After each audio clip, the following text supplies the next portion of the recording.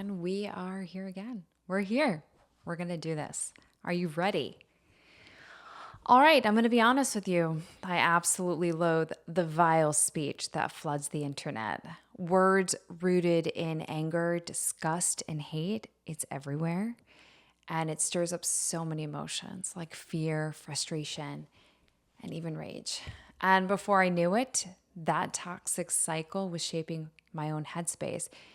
It was too much, and the worst part, it started to feel normal.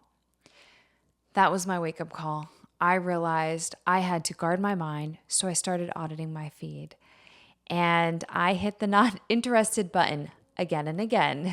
I began intentionally choosing what I would allow in, and then I wrote about it, just sharing the shift I was making. And a girl commented back, same. And I thought, yes, this is it. This is the invitation. We do not have to live drowning in negativity. We can keep our thoughts higher. We can choose what we consume, where we set our minds, and how we let it shape us. Hey, it's Rachel, and welcome to the Daily Champ. This show is all about what it takes to reset, rise up, and champion yourself in the process. So let me ask you something. Where has your mind been living lately?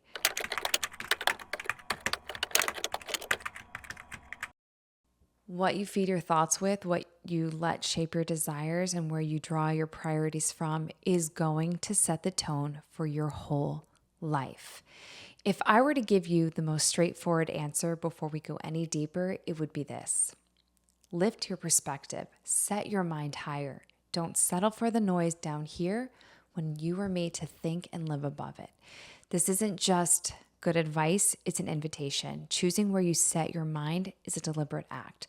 So, today I want to share 5 stories and ideas that show how powerful this shift can be, moving from distractions that drain us to perspectives that lift us. Some of these stories are personal and some are practical, but all of them point to one truth. What you set your mind on will ultimately set the direction of your life. Number 1, the weight of distractions. I remember a season when I was glued to my phone. I still am, but I audit it. Checking emails at night, refreshing social feeds every spare moment. My mind was always buzzing and really not at rest. That's when I realized my attention had become currency and I was spending it on things that didn't last. So the idea here is when we talk about things above, we are beginning to retrain our attention. Where you focus your thoughts, your heart will follow. Number 2, the fragile shelf. And I'm just going to paint a story here. A friend of mine had a shelf full of trophies and certificates from years of hard work. Wow. But one day that shelf collapsed. And suddenly, all the symbols of achievement were just broken glass and scattered papers. And so it struck me. Earthly success is fragile. It can fall in a moment.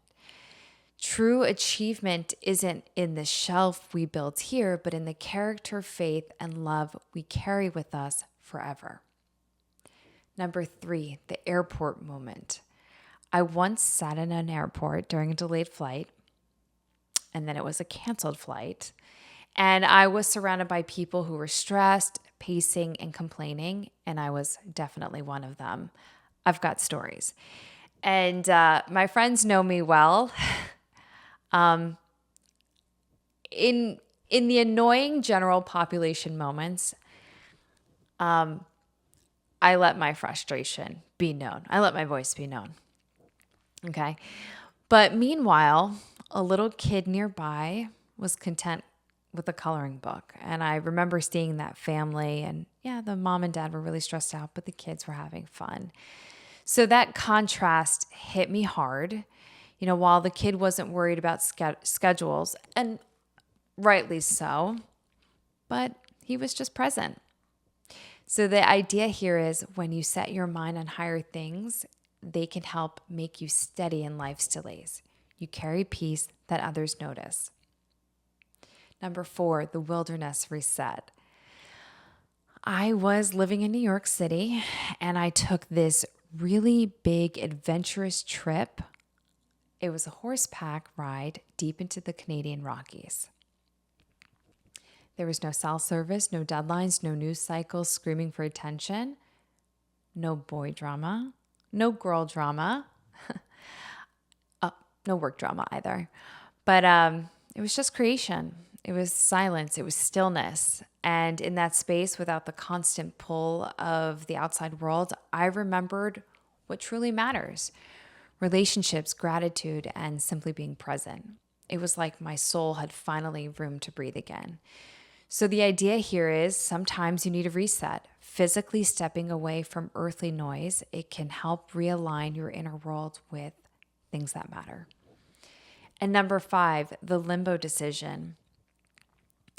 There was a time when I felt really stuck, and I expressed that to my mom. It wasn't too long ago. And she said, "You know what? You're in limbo." And I was. I was in limbo between two big choices. And anxiety, that good old anxiety, it wanted me to pick based on fear or comfort. But when I set my mind above, the question shifted. Which choice helps me love life and people more? Which choice aligns with things that are going to go further? And that clarity gave me peace to move forward. So the idea here is when we set our minds above, okay? That's where we're going to be, setting it above. Decisions become clearer. The focus shifts from what do I get now to what will matter forever. And so I'm going to close with the fact that we are called higher. It's that simple. It doesn't ignore the fact that bills are due, deadlines are real, and struggles are heavy, but it reminds us not to live stuck there. When your mind is anchored above, you carry a steadiness that no circumstance can shake. And honestly, ladies, when your heart is steady, it is so attractive. It's so attractive to men. It's so attractive to your female friends or female colleagues. Because you're simply rising above the noise and you're making choices with peace, and people will notice. And you remember that while the world changes, truth endures.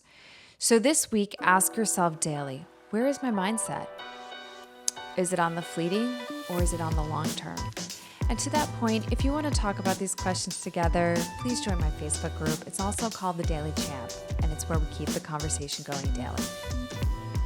And if this episode encouraged you, please share it with a friend who might need that same reminder. Thanks for listening to The Daily Champ.